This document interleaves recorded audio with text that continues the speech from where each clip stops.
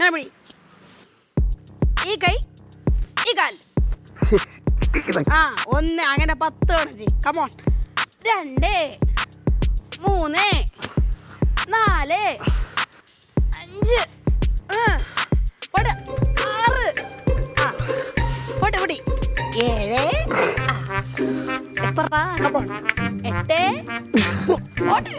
അയ്യോ അങ്ങനെ പറയല്ലേ. ചെയ് പറ്റും.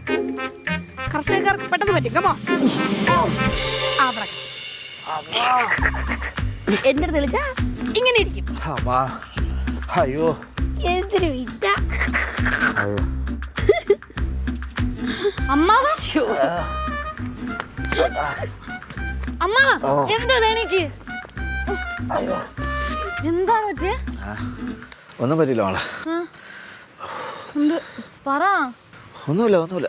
പിന്നെ എനിക്ക് വയ്യ. നീ എന്തിനീ കിടന്ന് ചിരിക്കുന്നത്? ഒരാള് വീണെടുക്കുമ്പോ ചിരിക്കുവാണോ ചെയ്യേണ്ടത്? കുഴപ്പമില്ല മോളെ. പറയുന്നിട്ട് ഞാൻ മനഃപൂർവ്വമായിട്ട് വീഴ്ത്തിയത്.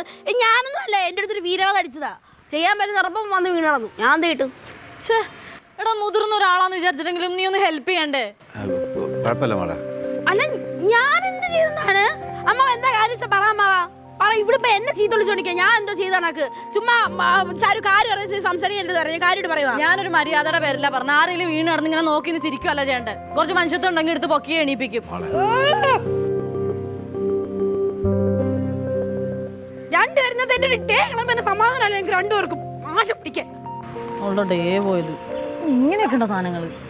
അമ്മാവൻ എന്തിന്റെ കേടായിരുന്നു അമ്മാവാ ഈ ചുമ്മാ നടന്ന് തുള്ളാൻ നിൽക്കുന്ന എന്തിനാ ഓരോരുത്തർ പറയാൻ നേരത്ത്?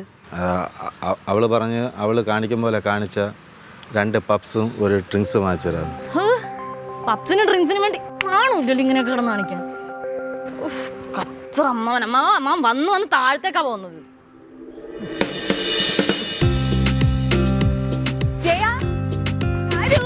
ഈശ്വര ദുരന്തം വരുന്നു. അങ്ങനെ പറയല്ലേ മോളെ. പപ്പി മോള്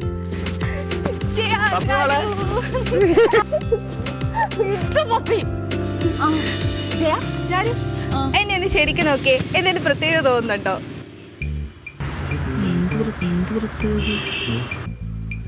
രണ്ടുപേർക്ക് ഇതുവരെ ഒന്നും തോന്നിയില്ലേ? അമ്മാവാ തിരികൊട്ടി വന്നേക്കാന്നുണ്ട്. ഷോക്ക് കൊടുക്കേണ്ടി വരും. പക്ഷേ എന്നെ ശരിക്കൊന്ന് നോക്കിയേ.